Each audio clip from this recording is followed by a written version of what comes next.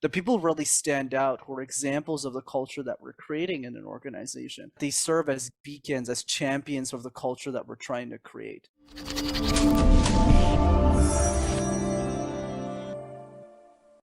What are your top 3 tips for people when they're speaking to make sure that their message is heard and inspires action? There's a couple of ways of approaching that question, Jerry. So let's start with number one. So number one is with our teams, the people that we're managing. One question I love to ask always is whenever we delegate or give an instruction, you always want to ask that person, in your words, what did you hear? How did you internalize your next step? So then when you give them a chance to explain what they think the next step is, you can give them an opportunity to better position them for success, which then energizes them to get the work done and energizes the overall culture. The second piece is a concept called visionary communication. How do you inspire teams? How do you get them excited about the future? The way that we do that is by doing 2 things. One is by communicating what the world looks like today and why it looks that way, and then the future that you're trying to create. And then the last part of that is to include everyone else in that process. The best way to energize a team is to make the team feel included, that they're a part of those changes. And then the third piece is celebration. The people really stand out who are examples of the culture that we're creating in an organization. How do we make sure to spotlight those people so that they serve as beacons, as champions of the culture that we're trying to create? And then the bonus I'll give on top of that is us. We are the bottleneck of our own businesses as leaders of our own companies. So that means if we don't sound energized, that is what trickles down to the bottom. And that's why it's important to always get 360-degree feedback from every stakeholder in the company to make sure to say, hey, Brenden, you don't sound that excited about your own business. If you don't sound excited about it, why should I buy it from you? Why should I go to your store? Why should I go to your franchise?